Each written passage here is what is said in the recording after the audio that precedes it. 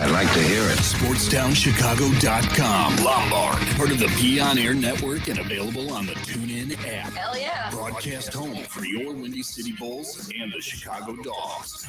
We're in a league of our own. Now, here's your SportsTownChicago.com scoreboard update.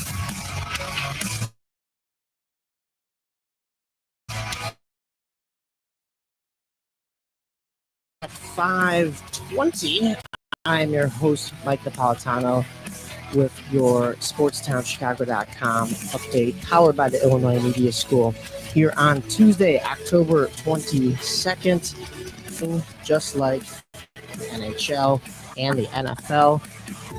Tonight will be the beginning of a new era as LeBron James and Bronny James are set to make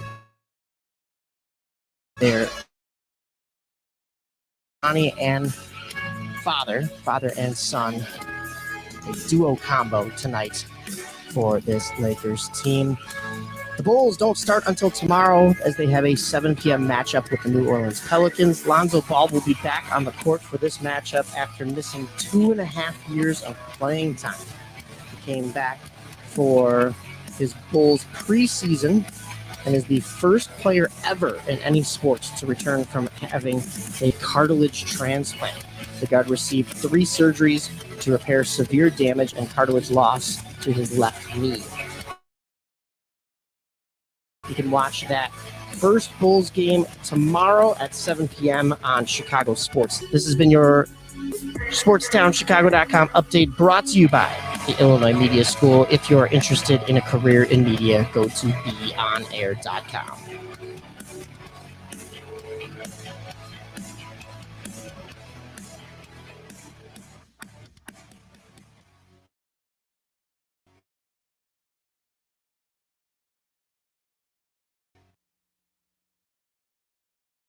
To center for Taves.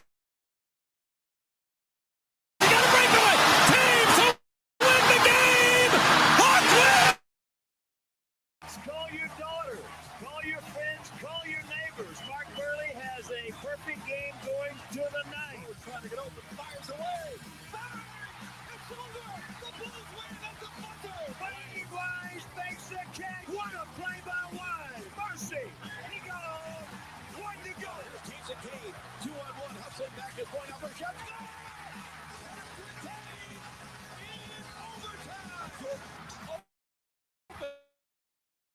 Chicago Bulls have won their 6th NBA championship, and it's their second three-peat. Alexei! Yes! Yes! Yes! Yes! Yes! Yes! Hawks win the Stanley Cup! The Hawks win the... He throws. Out! A White Sox winner and a world championship! The White Sox have won the World Series, and they're mobbing each other on the field! Kurashev plays the rebound for Bedard down low. Bedard! The cross-style scores! Unbelievable! Connor Bedard! Dude, that was insane. Welcome back to another edition of Mike on the Mic here on SportsTownChicago.com. Broadcasting from the Illinois Media School. Just want to remind you, as always, with media, follow me on social media. That's Mike Napolitano on X, Mike_Napolitano on Instagram, Mike Napolitano 5 on Snapchat. And while you're on X and Instagram, be sure to give the Illinois Media School and SportsTownChicago.com a follow. Let's jump into it. We missed last week. Apologies, but we are back and we are ready to give you 2 full weeks of Chicago sports news just to kind of catch you up. So last week it was the Bears and the Jaguars coming to you in London. From London, I should say. That was a phenomenal game from the Bears, who started off down 3 after a 30-yard Cam Little field goal. Yes, the Jags had the lead at the start of the game, and at the end of the first quarter, but the Bears promptly responded with 2 touchdowns, both from Cole Kmet.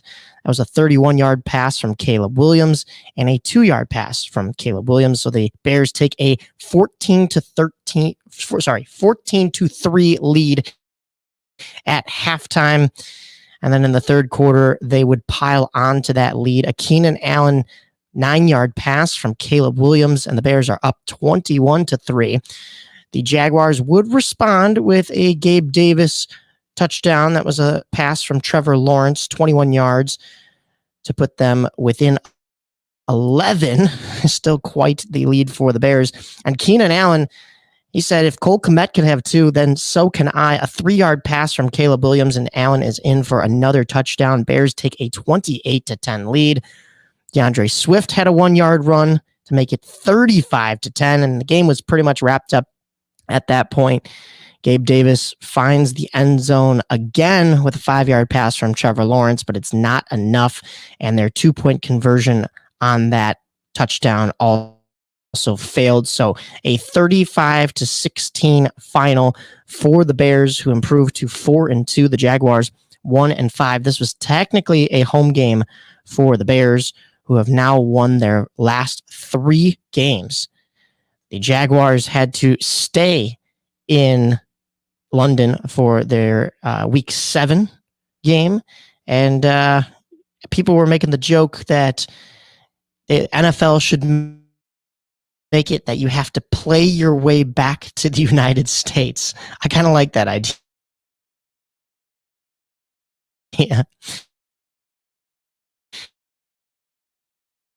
In this game, Caleb 6-yard, as I said, by Cole Kmet and Keenan Allen, but it was DeAndre Swift who led the team in rushing yards, 17 carries, 91 yards, and he had the 1 touchdown. Kmet had those 2 touchdowns. He led in receiving yards. That's 70 for his 5 receptions on the day. Caleb Williams' counterpart, Trevor Lawrence, didn't do awful, but the team around him just couldn't get the job done. 23 for 35, not great there, but similar yards, actually more yards than Caleb Williams, 234, but he only had 2 touchdowns and similar 1 interception on the day.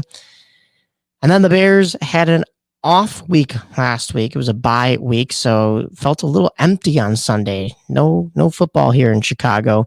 So the Bears will resume hopefully their winning ways come this next Sunday, 10/27, October 27th. That's a 3:25 p.m. game, but it will be tough as they will take on the Washington Commanders. When was the last time you heard me say tough and Washington Commanders in the same sentence? But they are good this year, and a lot of that has to do with Jaden Daniels. But will Jaden Daniels be in for this game? He is listed as questionable. Of course, the analysts all want to see Jaden Daniels versus Caleb Williams, 2 young quarterbacks going at it. But, I don't know if this is going to really be the case. Ben Standig of The Athletic. So head coach Dan Quinn will have a big decision to make as far as who will be in the pocket for the Commanders. They are 5-2, 3-0 at home. This is a home game for them, as these 2 teams will take it to Northwest Stadium at 3:25 on Sunday. That game is on CBS. You can check that out. The Bears, if you remember, they're 0-2 on the road. 4-2 on the season and 3 straight wins going into this game, but 0-2 on the road. So the Bears really need to figure out their away game as well as their offense against this Commanders team. As far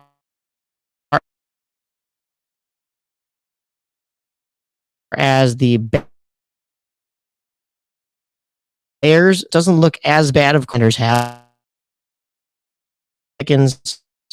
and Jaquan Brisker, dating back to the 14th. Kyler Gordon is still on the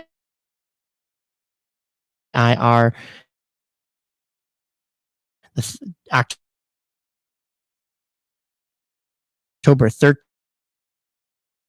had Scott Daly on there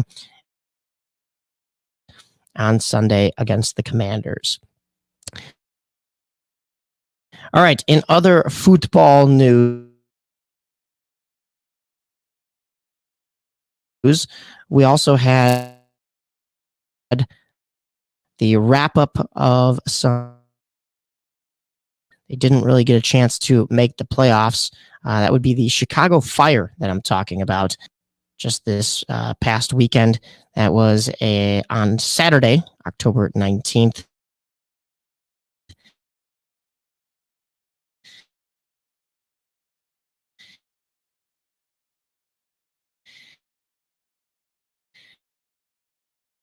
And that 3-0 win, 9-16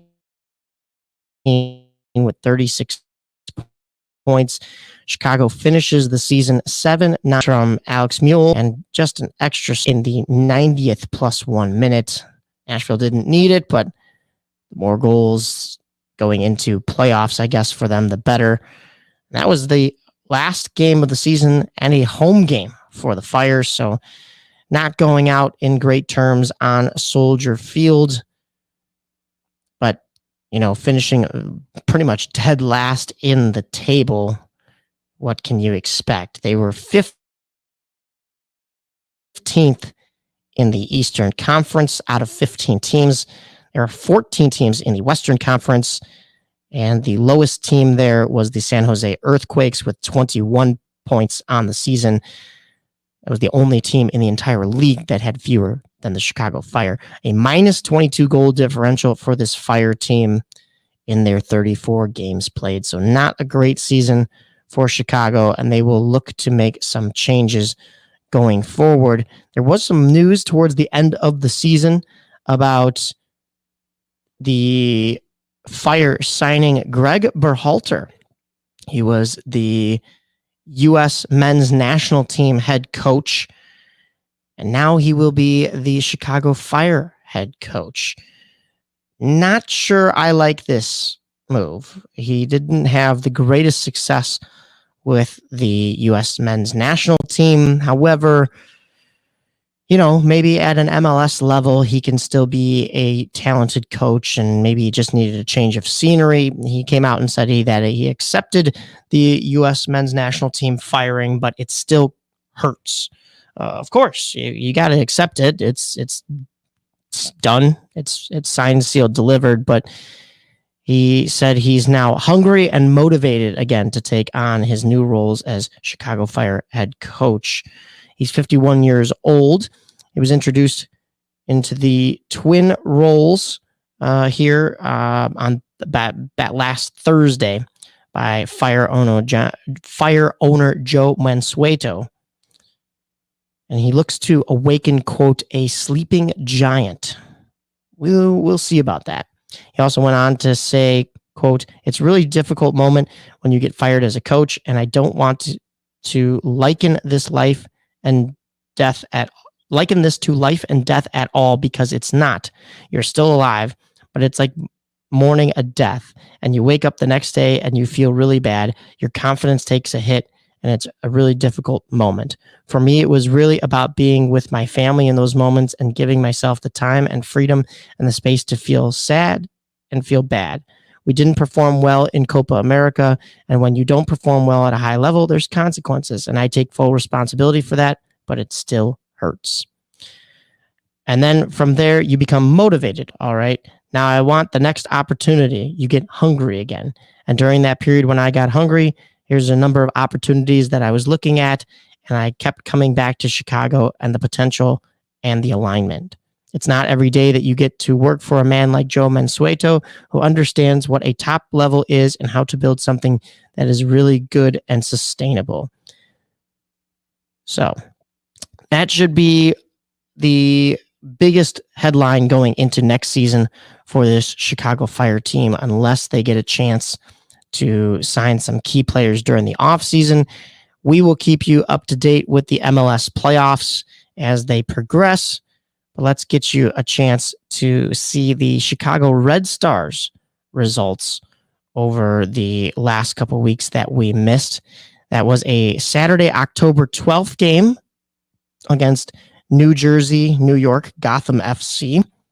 And that was a 2-0 loss that followed that Friday, October 4th, 2-0 victory that the Chicago Red Stars had.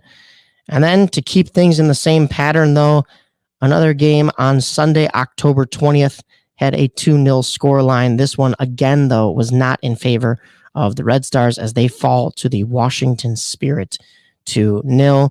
Those goals came from Heather Stainbrook in the 31st minute and McKenna Morris in the 83rd. Red cards on both sides in this game. Ludmila for the Chicago Red Stars and Rosamande Kouassi in the 70th minute for the Spirit. When we take a look back at that New York, Gotham FC game, goals from Lynn Williams, that was a penalty in the 87th minute. That hurts because you go all game in a deadlocked 0-0 tie, and then you give one up and then get sloppy in the 90th +8 minute. It was Esther Gonzalez doubling down for that Gotham lead and the win. The next game for the Red Stars won't be until the next month, November 3rd.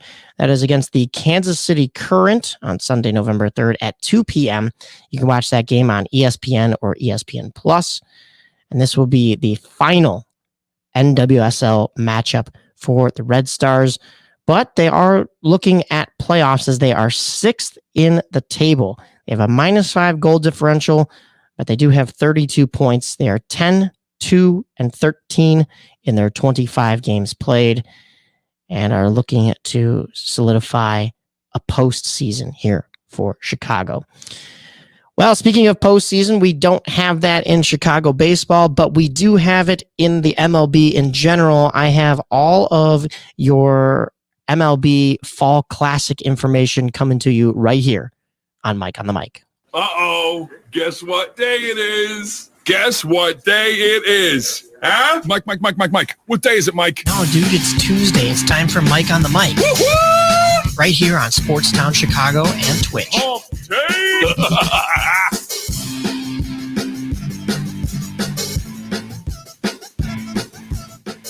This is your home for sports. SportsTownChicago.com.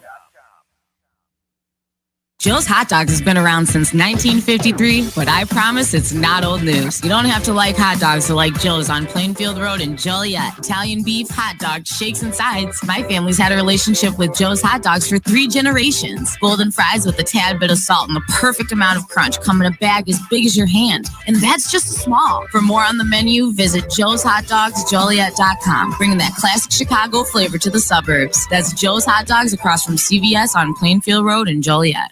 At the football game, Jim shows the telltale signs of being wasted. He starts flexing for the camera. He refers to his muscles as gunboats. He screams, "How's this for a halftime show?" Jim streaks the field. It's easy to tell if you've had way too many to drive. But what if you've had just one too many to drive? Never underestimate just a few. Buzz driving is drunk driving. A public service announcement brought to you by the U.S. Department of Transportation, the Ad Council, and this station. There are everyday actions to help prevent the spread of respiratory diseases. Wash your hands. Avoid close contact with people who are sick. Avoid touching your eyes, nose, and mouth. Stay home when you are sick. Cover your cough or sneeze. Clean and disinfect frequently touched objects. For more information, visit cdc.gov/COVID-19. This message brought to you by the National Association of Broadcasters and Windy City News Radio. The Illinois Center for Broadcasting is now the Illinois Media School. We've been an institution in the Chicagoland area now for 30 years. Because the broadcasting world is always changing, so are we. Not only are we teaching radio and television production, but now you can learn all aspects of the media industry, like web design. You can even specialize in TV or film, sports broadcasting, and even sales. No matter where you are in the Chicagoland area, we have a campus near you. The Illinois Media School. Be on TV, be on radio, beonair.com.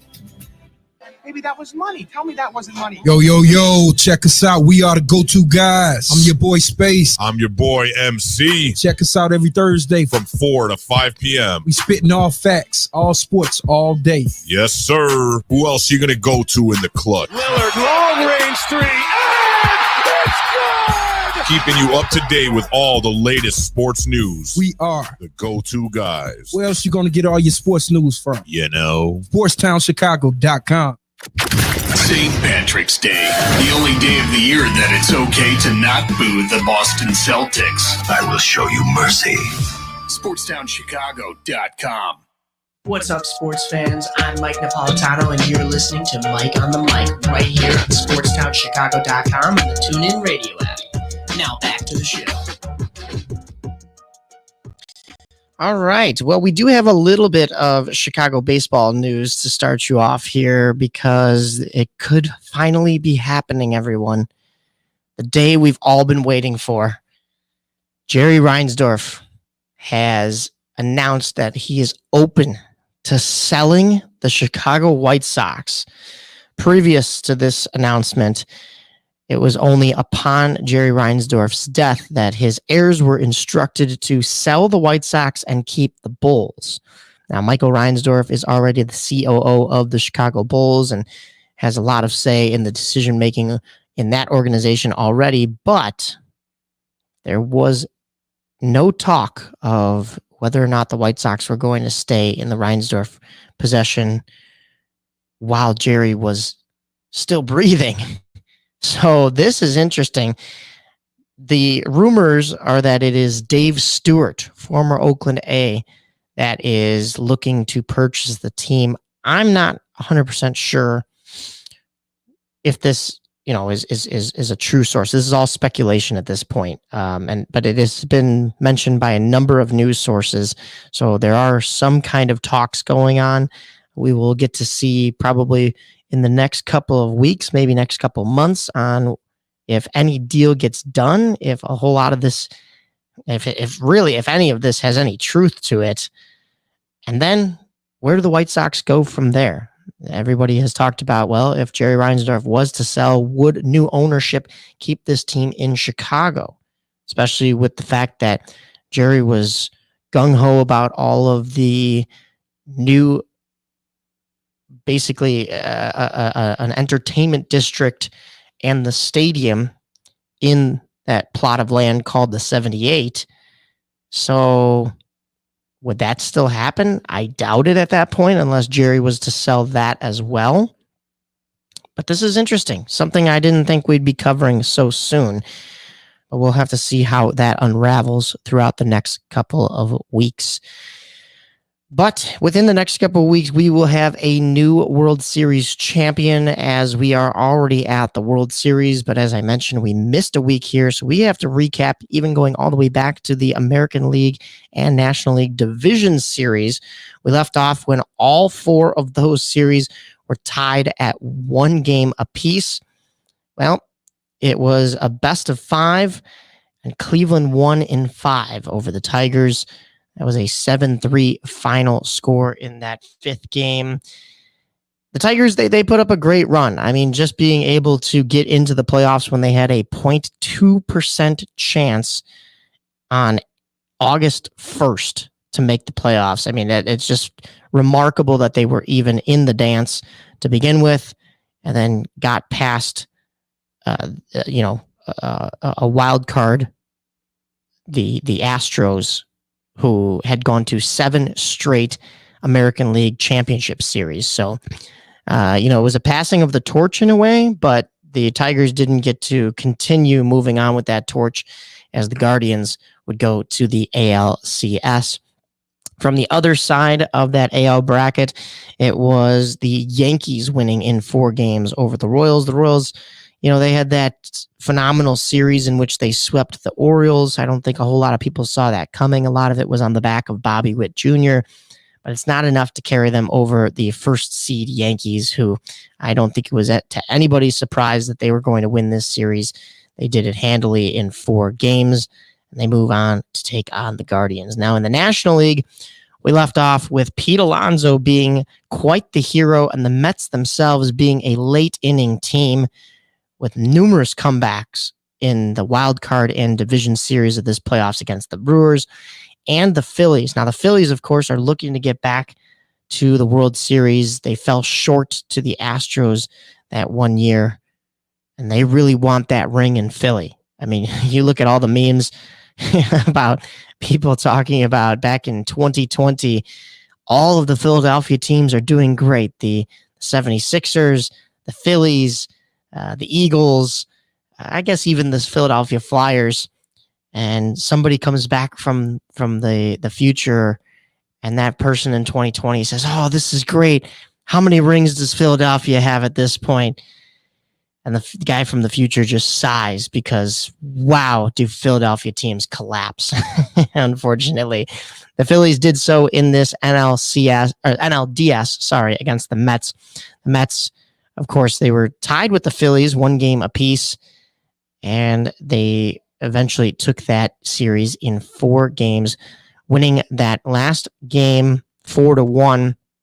The only game that Philly won was game 2. That was a 7-6 final, but they gave up late runs to the Mets in that first game, and then just, a 7-2 victory and a 4-1 victory for the Mets as Philly's bats go cold. That's tough for that lineup. But wow, speaking of bats going cold, let's take a look at the San Diego Padres. In game 1, LA took that 7-5, but then were trounced in game 2, 10-2 by the Padres, who then took the series lead 2-1 after winning game 3, 6-5.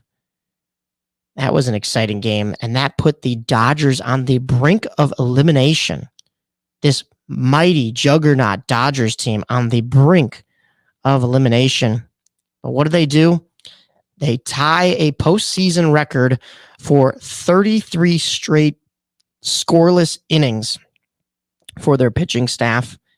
And they proceed to wipe the Padres from the playoffs with an 8-0 shutout and a 2-0 shutout. Now, if you're doing the math and you're looking at which innings those were, it carried over into that NLCS against the Mets. But then eventually it was broken. They won game 1 against the Mets with another shutout, 9-0. But the Mets promptly scored in that first inning of game 2, ending that incredible Dodgers run of just shutting out opponents. It took them 5 games to wipe out the Padres. It took them 6 to wipe out the Mets. The Mets did win that game 2 after scoring early on 7-3, but LA goes back to their shutout ways in game 3 with an 8-0 victory and then a 10-2 victory. So 2 8-run deficits for the Mets team. And I think most Mets fans thought it was all over. They did come back with a 12-6 victory, scoring double digits against this strong Dodgers team, but it wasn't enough as Sunday night, the Dodgers knocked off the Mets 10-5, and they came back in that game too. The Mets did have a lead at one point in that game. 1 run in the top of the first for the Mets, but the Dodgers answer with 2 to make it 2-1, and the Dodgers go up 6-1, and it was all said and done after that third inning. The Mets were able to score 2 more in the 4th and 1 in the 7th, but the Dodgers tack on 1 in the 6th and 3 in the 8th. New York is credited with 1 run in the 9th, but it's too little too late as they are eliminated. I was actually kind of rooting for this Mets team. They were called the White Sox of the National League for the way that their organization is run and just how little success they had for them to turn things on and get the backing of Grimace, the McDonald's character, in order to take them into the postseason as the 6th seed. But they just went up against this Dodgers team. They gave them a good fight. When you have the 1 seed versus the 6th seed, and the 6th seed does better than the 2 seed in the AL, spoiler alert, that's impressive by this Mets team.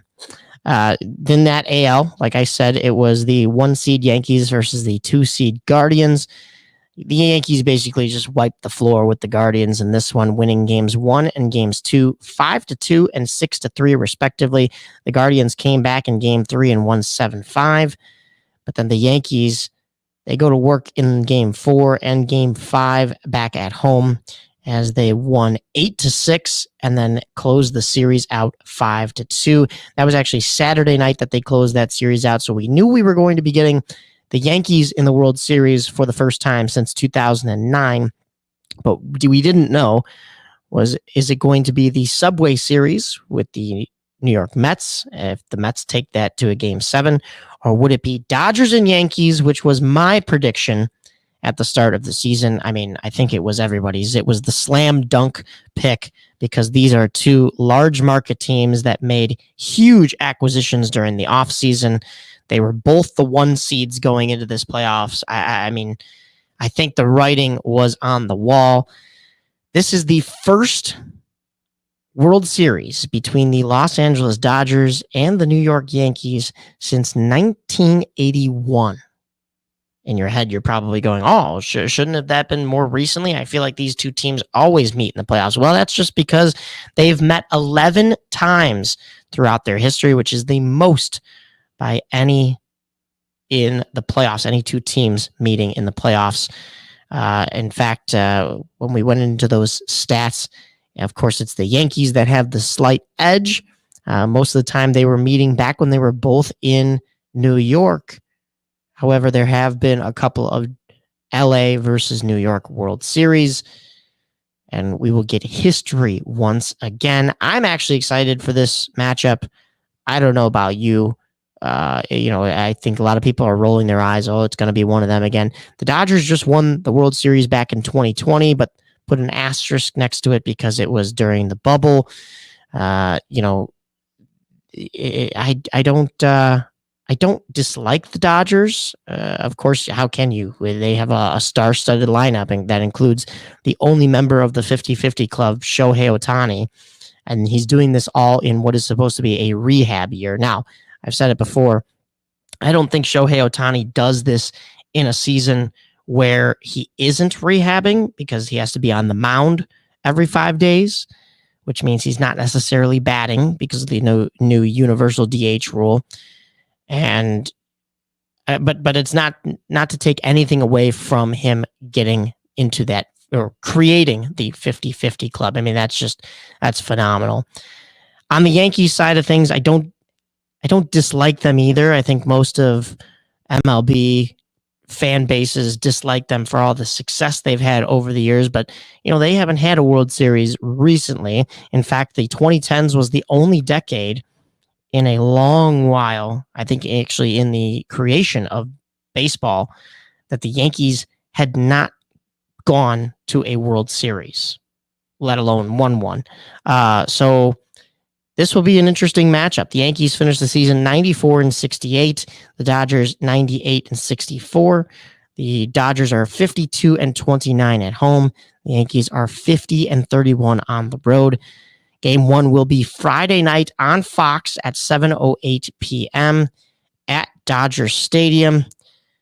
And we have the lineup for the whole rest of the series as well. Game 2 would be that Saturday night, the 26th, also on Fox. Game 3 will be... the time for Game 2 as well, I should mention in here. Where's my... Game 2 will be another 7:08 p.m. start time. Game 3 will shift the series to New York. So they do have a travel day on that Sunday, which means the World Series will resume next Monday, 10:28. That is another 7:08 start time, but that will be in Yankee Stadium. Game 4 also in the Bronx as the Yankees host. That is 10:29. We will be back on the air before this game at 7:08 p.m. And then, of course, we'll have to see whether or not games 5 through 7 are needed, but they would be on October 30th, November 1st, and November 2nd. So this will carry over a little bit into November if each team wins a game. I'm excited. You should be too. That is a lot of baseball stats coming your way. So we have to switch things up and get to basketball and hockey. But first, let's take a look at what is going on in the sports world today. Back to your home for sports. SportsTownChicago.com. Scoreboard update. At 5:53 on Tuesday, October 22nd, I'm your host, Mike Napolitano, with your SportsTownChicago.com update powered by the Illinois Media School. If you're interested in a career in media, go to beonair.com. The Blackhawks take the ice tonight for their third home game of the season. Tonight's matchup welcomes the 2-1-2 Vancouver Canucks to town. They have 5 points on the season. 6 points on the season. The Blackhawks have 5 points on the season. They are 2-3-1. You can catch this game on ESPN Plus or Chicago Sports Network. If you have that right now, of course, you need an antenna for OTA channels. That's over-the-air channels. Or you need DirecTV, as CHSN is still working on way for you to watch on all of your streaming services. The Blackhawks home opener was last Thursday. They won that game against the San Jose Sharks. Unfortunately, the Blackhawks were the better of the two teams in Saturday night's matchup against the Sabres, but they fell by the same score that they won by in that home opener, 4-2. As I mentioned, tonight's game will be the third home game of the season for the Blackhawks, and they play yet another Canadian team. When they were on the road, they played the Calgary Flames. That was a loss, 3-1. The Edmonton Oilers was a 5-2 victory, but then a 2-1 loss in overtime to the Winnipeg Jets. That was all after that opening game against the Utah Hockey Club, which was a 5-2 loss. And we're going to get into all of your hockey news right here on Mike on the Mic in our next segment. This has been your SportsTownChicago.com update brought to you by the Illinois Media School. If you have interest in a career in media, go to beonair.com. What's up, everyone? This is Mike Napolitano, and you're listening to Mike on the Mic right here on SportsTownChicago.com and the TuneIn Radio app. This is your home for sports. Red left! SportsTownChicago.com.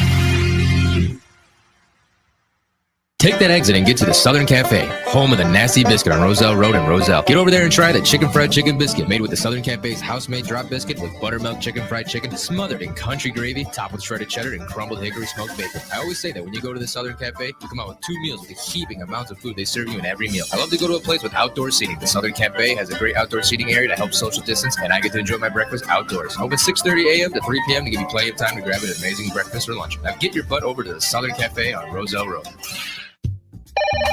Hello? It's speed walking day. Dorothy?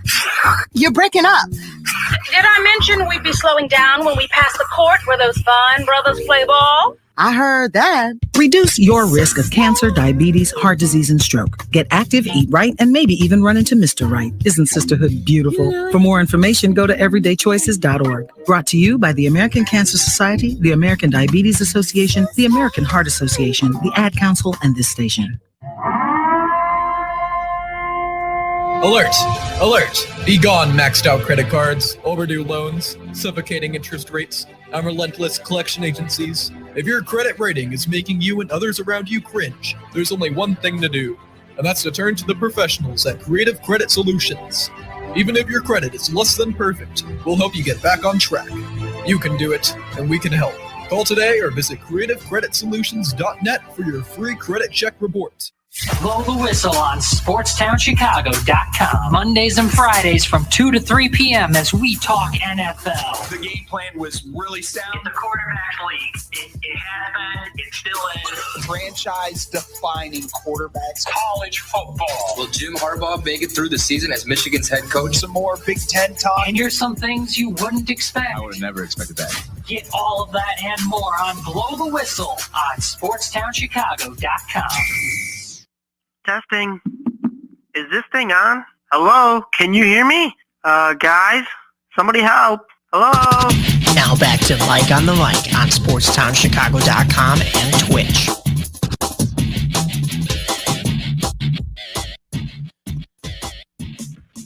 All right, well, we have hockey, and it is regular season hockey now. A little bit of a rocky start for the Chicago Blackhawks, as I mentioned there in that bottom of the hour update. But they got some impressive wins. One was against the Edmonton Oilers, you know, that team that went to the Stanley Cup Finals and lost by just 1 goal in Game 7 last year. Yeah, and it was in Edmonton. Blackhawks started off that season on a 4-game road trip. And, we jumped off the mic before they started playing the Utah Hockey Club. Unfortunately, that was a 5-2 loss, and it looked really sloppy from this Blackhawks team. A lot of what we had seen in the preseason that I was worried about going into the regular season. They had so many chances on the power play in that Utah game and got nothing accomplished. In fact, they got momentum accomplished against themselves in a way. The Utah Hockey Club were starting to build off of their penalty kills. So much so to the fact that the ESPN announcers said, if you're the Blackhawks, can you decline this penalty and not get the power play? Yeah, that's bad. If you didn't know. So a 5-2 loss to Utah, followed by a 2-1 loss to Winnipeg. But Winnipeg's a tough team, and the Blackhawks stayed in that game as best they could. But they finally got a win, go figure, against the Edmonton Oilers, who were 0-2 at that point then to start that season, and 0-2 at home. Both games were at home. The Blackhawks at that point were 1-1 then. That was goals from Philip Kurashev, Seth Jones, Connor Bedard, and then 2 from Teuvo Teravainen in the third period in order for them to knock off the Oilers. 1 goal and 2 assists for Bedard. A 4-point game for Teuvo Teravainen, 2 goals and 2 assists.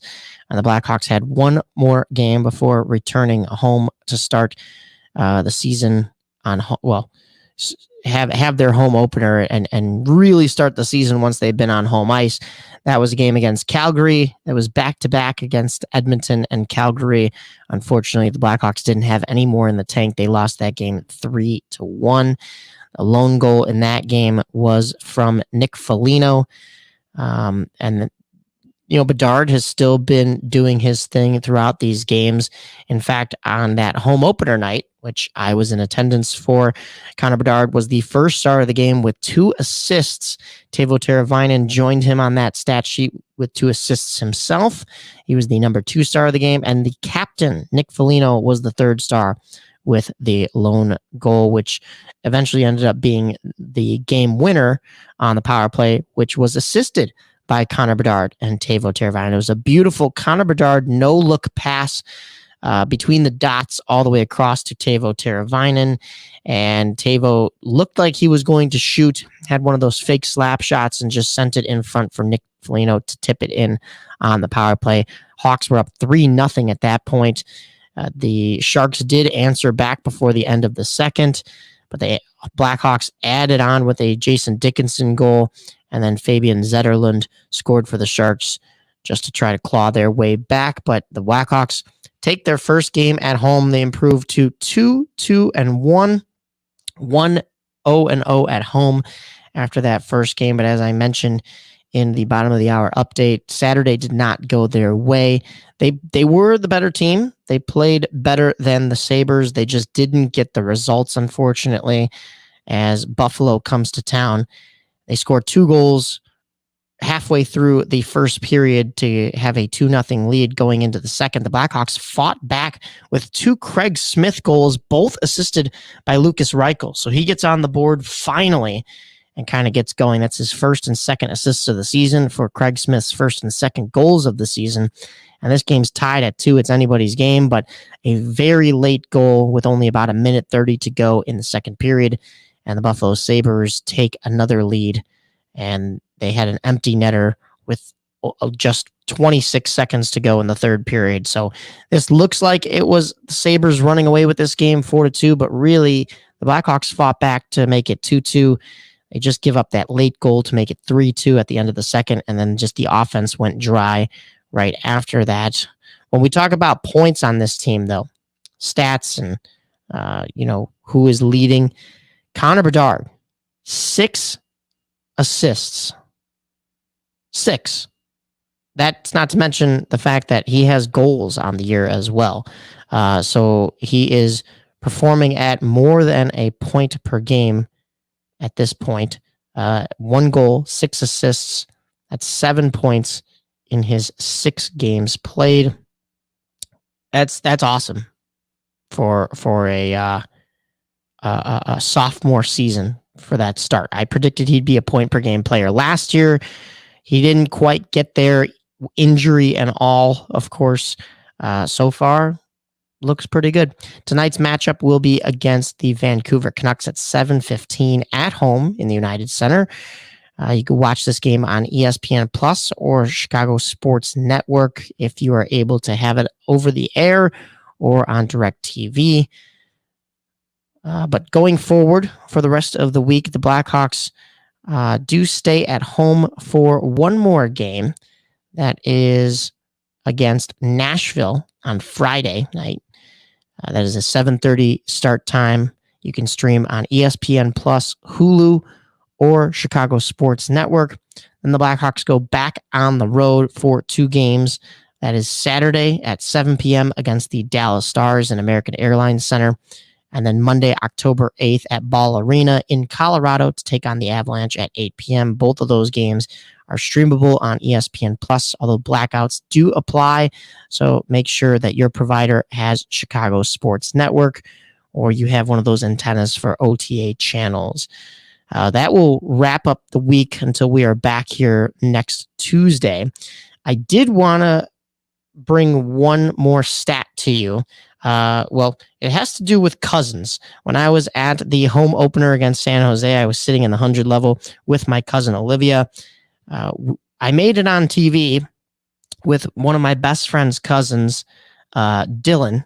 I was then roasted by WGN Morning News by Pat Tomasulo as he said, "I hope this isn't a first date." Ouch. That's my buddy's little cousin. So yeah, a lot of cousin talk. It was cool to be on TV right in the moment because the broadcast said nothing about it. All my friends over at Blackhawks WGN got to reconnect with Charlie Meliodas that night. John Rose is always great inside the arena with John Hansen as well. But wow, yeah, that next morning, great turned into horror for both myself and Dylan as she kind of had her mouth open. Wasn't flattering. I was kind of just bobbing my head to the music. So yeah, not great. But since we're on the cousin talk, one more baseball stat I forgot to mention. Joining the Yankees roster in these playoffs and going to the World Series now is former Schaumburg Boomer Jake Cousins. Now, Jake Cousins is cousins with NFL quarterback Kirk Cousins. That is a lot of cousins. So that is really interesting. So if you are a Schaumburg Boomers fan like myself, and you should be because it's one of the only baseball teams within the Chicagoland area that wins games and goes to the postseason, but they didn't this year, just by 1 game though, you should probably be rooting for the New York Yankees then, I guess, if you want to see Jake win a ring. Other Blackhawks news, Landon Slaggert signed a contract extension just this past week with the Blackhawks. That was a $900,000 extension. Will we see him up with the Blackhawks? That is still to be determined. I'm guessing he will be coming up with them at some point this season, as he came up towards the end of last year. But the problem is there's not really a spot for him on this team right now. Pat Maroon in that home opener did take a puck to the skate. So many were thinking that we would see Slaggert rejoin the Blackhawks Saturday night against the Sabres. That was not the case, but we will monitor that very closely going forward. Another rookie in the Blackhawks organization that it is imperative to mention is Artem Levshunov, the 2nd overall draft pick in this 2024 draft. The Blackhawks activated him from the injured reserve list. He took a puck to the skate before prospect camp even started, but they not only activated him, they assigned him to Rockford. So he will be starting the season in Rockford rather than with the Blackhawks. We'll see how long that lasts as well. That is all of your Chicago hockey news, but there's some other stuff going on in the United Center pretty soon. Well, not immediately, as the Bulls start out on the road tomorrow, but NBA is in full swing. Plus, I have a few more notes to wrap up about the WNBA and the Chicago Sky. So stay right here on the wrong show on Mike on the Mic here on SportsTownChicago.com. This is your home for sports. Longtime fans, sports is like life. SportsTownChicago.com. What's up, Chicago? If you're ever, and I mean ever, out looking for good urban food 24/7, come down to White Palace Grill, located 1159 South Canal Street in Chicago. White Palace Grill is open 365 days a year since 1939. I personally love the steak and egg dinner, but whether you like burgers for breakfast, steak for lunch, or French toast for dinner, White Palace is the place for you. The diner is a 24-hour urban oasis. Come now, come later. Hey, come now and later. We never close at White Palace Grill, located 1159 South Canal Street in Chicago. Visit us at whitepalace.com or order with Uber Eats or Grubhub anytime, any day. Daddy, when you look at me, I could see your wheels turning. About what am I going to be when I grow up? A major league first baseman? Maybe a point guard for a national champion. The odds of a child becoming a professional athlete are 1 in 16,000. Far-fetched? Maybe. But did you know the odds of a child being diagnosed with autism are 1 in 166? That's right, 1 in 166. To learn the signs of autism, go to autismspeaks.org. Brought to you by Autism Speaks and the Ad Council. Go to Lux Barbershop for the best barbers and stylists in Plainfield, Illinois. I go there when I have an important event, date, or I just want to look good. The straight razor shave will have you looking fresh and smooth. Lux Barbershop is open 7 days a week. Go to Lux Barbershop for the finest barbers, stylists, braiders, and massage therapists in the southern suburbs. Check out all their daily deals on Facebook, Instagram, and luxbarbershop.com.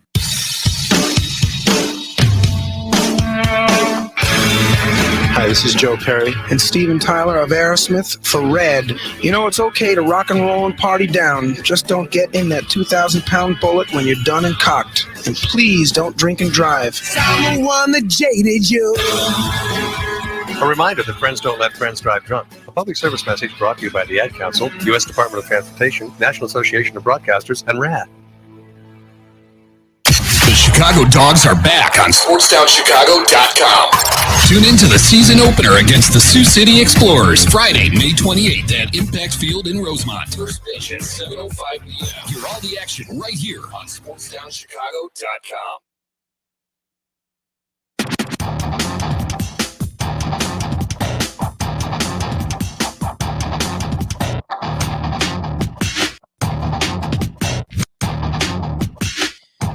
All right, I've been wearing this jersey the entire time, and it is finally time to talk basketball here on Mike on the Mic as the Bulls begin their regular season tomorrow, but it is on the road against the New Orleans Pelicans. So let's kind of give you a recap. We literally left off right when the preseason was starting. And usually, you know, we'd cover the preseason weekly, and it's not a big deal to really track back to in this case, but Lonzo Ball made his return to the court during this preseason. So Tuesday, October 8th was the last time we were talking, and that was a 116-112 win for the Bulls in Cleveland against the Cavaliers. Nikola Vukovic had the high in rebounds with 10. Kobe White had the high in points with 21. But unfortunately, the Bulls then fell that next Saturday to the Memphis Grizzlies at home. It was the first game in the United Center. Of course, it's preseason, but that was a 124-121 loss. Zach LaVine did have 28 points, and Josh Giddey had a high in assists with 7, but the Bulls just couldn't manage to get the job done. And they went back on the road, but not too far, as they went up to Milwaukee to face the Bucks. That was a 111-107 loss. Sonogo led in both points and rebounds with 16 and 15, respectively. Josh Giddey, once again, the high in assists with 5. And then it was Wednesday, October 16th, and the Bulls came back home to host the Minnesota Timberwolves. But it wasn't just any ordinary preseason game. It was the return of Lonzo Ball. When you look at the stat sheet, not a whole lot of time out there. He was limited, but rightfully so. Lonzo Ball from the bench at 15 minutes of playing time. He was 4 for 6 from the field, 2 for 4 and 3-point attempts. So he finished with 10 points. He was a +6 out on the court. He had 1 defensive rebound, no offensive rebounds, 1 assist, 1 steal, 1 block. Decent numbers for your return, The unfortunate news coming from this game was that Josh Giddey was then placed on the IR. So it looks as though he may not start the season with the Bulls, but Lonzo Ball's back. So will the Bulls be a good team again? If you remember 2.5 years ago, the Bulls were practically leading the Eastern Conference when Lonzo Ball went down with that injury. The Bulls end up only making it to the playoffs with the 6th seed, getting eliminated by the Milwaukee Bucks in a quick 5 games. And then the next 2 seasons, the Bulls were only able to make it to the play-in rounds, and deja vu struck as they won the first game. But then, 1 year was against Toronto, 1 year was against the Atlanta Hawks. But then in that second play-in round game, they lost, posting the same number of points, 91, against the Miami Heat. Both years, Miami shut the Bulls down, and they didn't make it into the actual playoffs. That was after basically going 500 during the season and calling that 500 a successful season. I don't know about that. Bulls did get the win in that Lonzo Ball return game, 125-123, and then their final game of the preseason was at home on Friday, October 18th, this past Friday. That was a 139-137 overtime victory against the Cleveland Cavaliers. Dunsumu led with points with 19. Nikola Vukovic had 12 rebounds. That was the high for the Bulls. And Kobe White led in assists with 8. That takes us to the regular season for this Bulls squad as they take on the New Orleans Pelicans tomorrow night at 7 p.m. Most of the NBA is starting today, however, as LeBron James and Bronny become the first ever father-son duo to hit the court together. They'll be playing for the Los Angeles Lakers. They are 20 years apart. So this is quite an age range when you're playing with family, the biggest that the NBA has ever seen. So that is interesting. But the Bulls themselves here in Chicago, they start tomorrow night, as I said. Another 7 p.m. start on the road Friday night against the Milwaukee Bucks. And then the Bulls finally get to come home Saturday, October 26th, as they host the Oklahoma City Thunder for their opening or their home opener. That's also at 7 p.m. All of these games will be on Chicago Sports Network. So get that now. Get your over-the-air antenna so you can watch your Blackhawks and your Bulls right now. The final game of the week before we come back and talk to you on another Tuesday will be in Memphis on Monday night. It's October 28th. That is a 7 p.m. start time against the Grizzlies. In the Sky side of things, the Chicago Sky news, we talked about Coach Weatherspoon being fired and Angel Reese not being happy about it, if you remember. That was the only real Sky news coming from this offseason as we do a deeper dive into the playoffs. Caitlin Clark, I was mentioning we would talk more about this WNBA playoffs and how she was doing great things. Not so great. They didn't win a single game, the Indy Fever. So it was all about the Liberty and the Lynx. If I could get pulled up a playoff bracket for you here. Give me one moment as we recap the stats. Spoiler alert, the Liberty are your 2024 WNBA champions as they took home that finals trophy. It was a best-of-5 series. They won in Game 5 and took that series 3-2.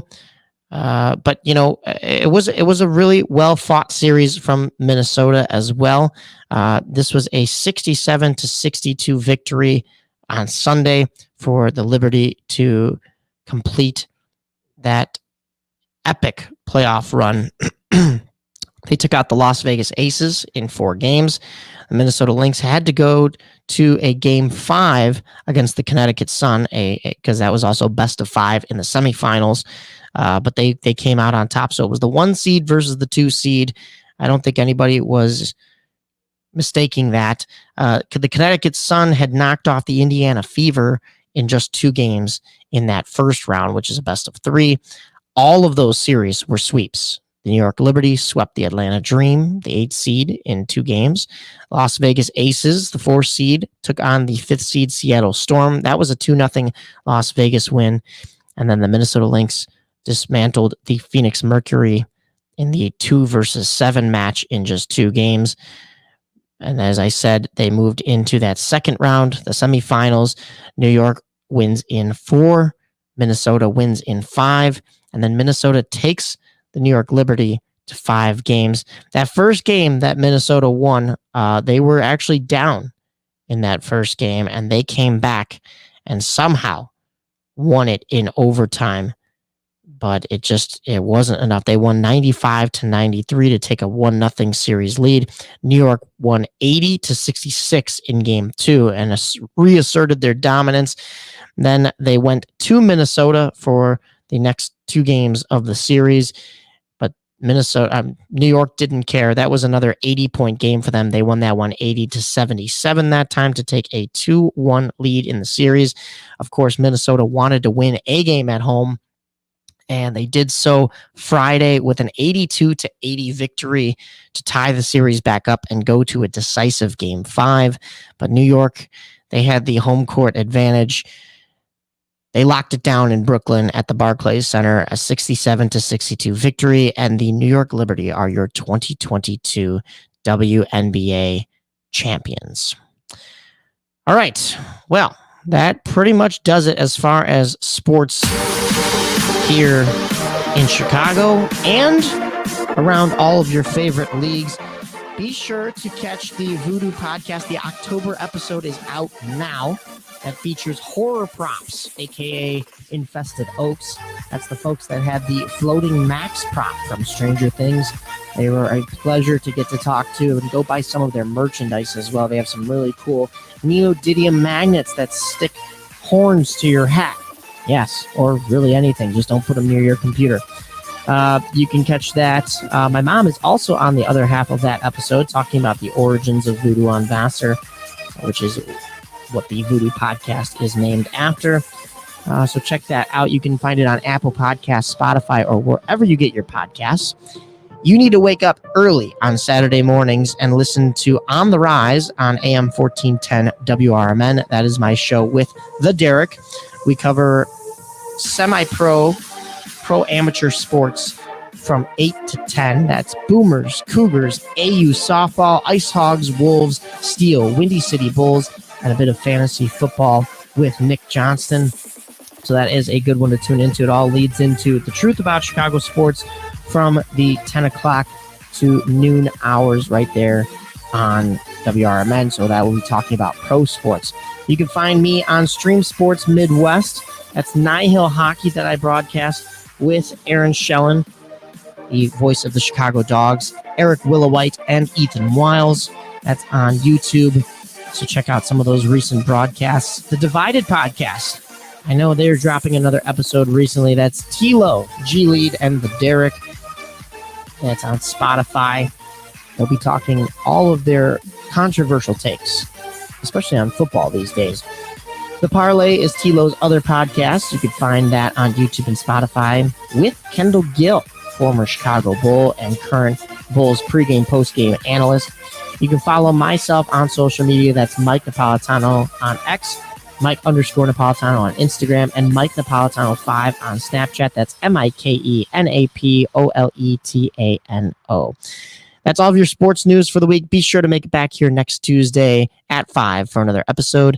Thank you for tuning in. I'm your host, Mike Napolitano, and this has been another edition of Mike on the Mic. This is your home for sports. This is the best fans in the world. No better team. SportsTownChicago.com. Are you ready for this? Valley View Automotive has all of the hottest SUVs you've been looking for. Enjoy a test drive and the opportunity to drive one of these powerful vehicles off the lot for half the price. Yes, half the price. Now's the time to get yourself to Valley View by car, on foot, or even by air to take advantage of this outrageous sale. You better get here quickly, because this promotion is only going on for 24 hours, and the automobiles are leaving the lot faster than you can say four-wheel drive. Valley View Automotive, a dealership you can depend on. Hey, I'm Andy Griggs, asking you to help prevent domestic violence. Domestic violence isn't a woman's issue. It hurts all of us. Women are injured and killed every day by their husbands and boyfriends. So it's time for men to take action right now to teach boys that violence against women is wrong, to help prevent abuse before it starts. Call the Family Violence Prevention Fund at 1-800-END-ABUSE to get a free Take Action kit containing tips on what to say to boys. That's 1-800-END-ABUSE.